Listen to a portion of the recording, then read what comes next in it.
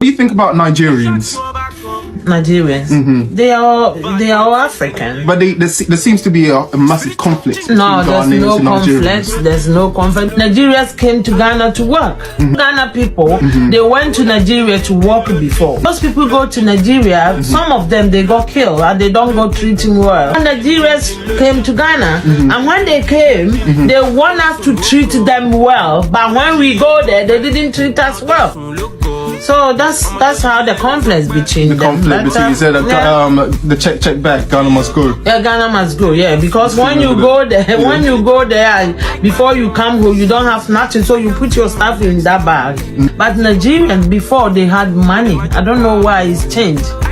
It's all from the leaders. It's not good. We are all Africans. Sometimes if I head out, it's not good. We are all Africans. It's heartbreaking. But everywhere in the country, everywhere in the world, once you're holding this, you're a thief. You're a criminal. You're a fraudster. You know? Recently, I tried to go to China with my friend. She's American. Her daughter is American. And we were trying to go to China. Right. Now, her daughter got a 10 years visa when we went to the Chinese embassy. She has an American passport and a Sierra Leonean passport, but she decided to use a Sierra Leonean passport. She got the visa. But now, my turn, right? I have a Nigerian passport. I repeat again. Her daughter got a 10 years visa to go to China. 10 years. She used a Sierra Leonean passport and she got no question asked. And guess what? We are all going together. It was processed for all three of us. The hotel booking was for three of us. The flight was for three of us. The paperwork we did was for all three of us. So they asked us to show a bank statement. I told them, listen, I'm not in Nigeria. I cannot extract my bank statement right now. Can I show you cash? They said, yes. I showed $15,000 in cash. But this is the problem here. Because I'm holding this right here. Because you hold a Nigerian passport, the next thing is you're a thief. They see you as a criminal. They see you as a terrorist once you're holding this. My friend was not asked any question. Using a Sierra Leonean passport, she got the visa. Her daughter used an American passport. She got a 10-year visa. I have a Nigerian passport. The first thing they asked me was for police clearance. I had to go do police clearance just to travel to China. You know what the police clearance means? It means you are not a thief. You don't have criminal record. Literally. I'm very sorry for your ugly experience. But my brother, let me tell you, the passport you are holding is not your problem. Nigeria government is not your problem. That nation, Nigeria, is not your problem. Your problem is your fellow Nigerians, your brother and sisters, both home and abroad. Beg them to stop their criminal activities. If not, very soon, even to enter Togo, Ghana, or Sierra Leone will be very difficult for Nigerians. Not because our country is bad, not because our passport is very poor, but because of our bad behavior. Go to South Africa, for example. Do you know the number of Nigerian youth in their prison for various criminal activities, ranging from drug trafficking to armed robbery to others? Go to Dubai, go and see what the likes of Hush Puppy did there, and how do you expect them to treat Nigerians? Go to that Asia continent you are talking about. Go to places like China, places like South Korea, places like Cambodia, another Cambodia or India. Do you know how many Nigerians are engaged in criminal activities over there? You go to South Korea, I heard of a story. Nigeria businessmen, I don't want to mention their tribe. They went there to do business and they paid that company with counterfeit.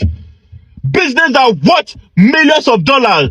They miss original and fake counterfeit to pay those people. How do you expect that country to start looking at Nigeria? You go to India. Do you know how many Nigerians youth in their prison for drug trafficking? You thank God you said they ask you for police report because they want to know that you are not a criminal. They want to know that you are not a Yahoo. Go to Brazil. You all know about the Nigeria prince who sold fake airports to a Brazilian bank for more than 220 million. How did you expect them to look at Nigerians in Brazil? Beg your fellow Nigerians, beg your brothers and sisters, come to this Europe. Come and see the criminal activities your fellow Nigerians engage themselves in. Even in that USA, go to Canada because we think we are smart. But little do we know that our action will lead to our detriment. You all Nigerians, you are the problem that you are facing. The passport is not the problem, the government is not the problem. Because Nigeria, if you check our GDP, we are one of the richest, if not the most richest country in Africa. They're supposed to treat us right, they're supposed to respect us, but our bad conduct, our criminal activities will not allow any country to welcome us to their land. So you all need to change your way. You all need to change your criminal activities because you think you are smart now wise pass. This is just the beginning if you don't change your ways. Hello, good evening. Happy New Year and Happy New Year, Happy New Year. And I believe that this year is coming to be a successful year to everyone in this world, especially Africa, Nigeria, Ghana. I pray so. The reason why I'm making this audio is that only seeing a dragging between Nigeria, Ghana, every day Nigeria, Ghana. I don't know what is going on. You see, to be frank, most of this young generation, they just came out. They don't know anything about Nigeria and Ghana. They don't know any history about Nigeria and Ghana. You see, Nigeria and Ghana, they are like brothers and sisters from the same mother, the same father. You see, they started their relationship since 18th century. You see, since decade. But I don't know why all this young generation will just come these days, always dragging themselves. Hey, Nigeria is this, Ghana is this. Why they don't know that Nigeria and Ghana, they are all one. They are all the same blood. Because sometimes they don't know. When they are saying Ghanaians doesn't like Nigerians or Nigerians doesn't like Ghanaians, they don't know anything. Oh, it's lie. Nigeria and Ghana, they are the same. They are brothers and sisters. You see, it's only because of this alien combine, which are Ghanaians, repatriate Nigerians 1969, I think so. Later, Nigerians to repatriate Ghanaians, that was 1983. You see, that's the only problem between Nigeria and Ghana. If not, Nigeria and Ghana, they're brothers and sisters. You see, even this is the richest man, who everybody knows, the richest man in Africa, Alhaji Aliyu Dangote. If you go to the history very well, Alhaji Aliyu Dangote, his grandfather and grandmother, they settled in Ghana, but then was Gold Coast. This is where they came. Up to date, the family of Dangote's grandfathers are still here in Ghana at Zongo. You see, Dangote grandmother and father, they stay here in Ghana, you see, during the 50s, doing their business, kola nut business. That is where their money start coming. Before they establish a granite business in Kano. So, can you imagine how Ghana, Hausa became one of the official language here in Ghana? Because in Ghana, everywhere you go, they speak Hausa. There is no Hausa in Ghana, but it's Nigerians who migrate to Ghana during 40s and 50s, came and do their business here in Ghana, but then Ghana was Gold Coast. Today, if you hear any area in Ghana, everywhere in Ghana, you see Zango. Zango is Hausa. It's a Hausa settlement where Hausa settle. So nowhere in Ghana where you cannot find Zango. And up to date, we have an Hausa chiefs here in Ghana. In our Arabic school here in Ghana, we speak Hausa.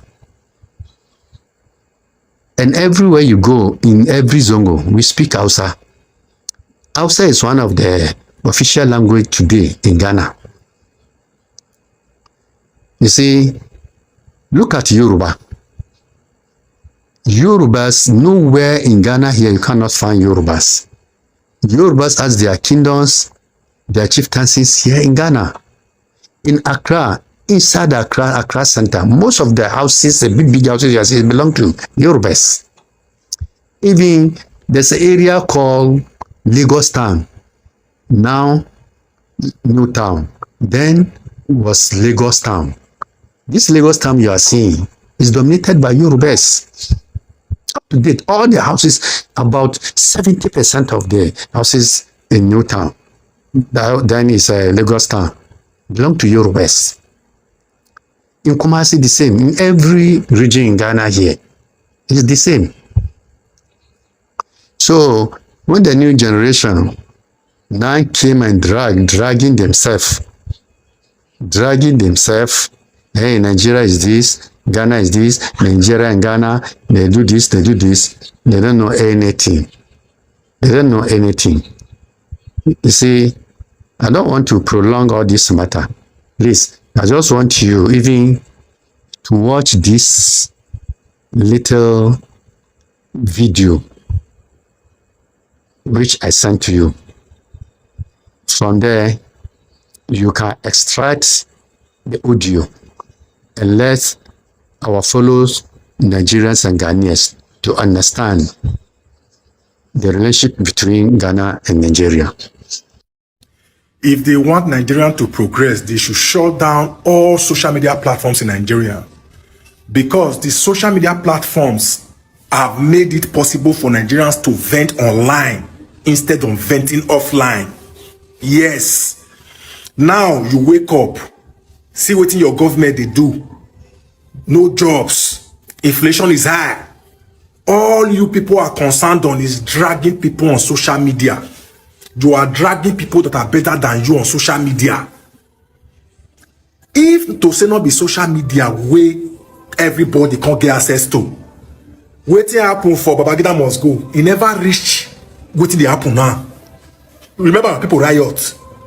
Now see the way the government is spend on our money anyhow. Nobody they talk. Imagine you said student loan will be starting in 2024, and the money that is budgeted for that student loan is less than 10 billion naira. But the same government budgeted 15 billion naira for the vice president's residence. 15 billion for one person house. Then you budget 10 billion for student loan for thousands or millions of students in Nigeria. The all of them are there.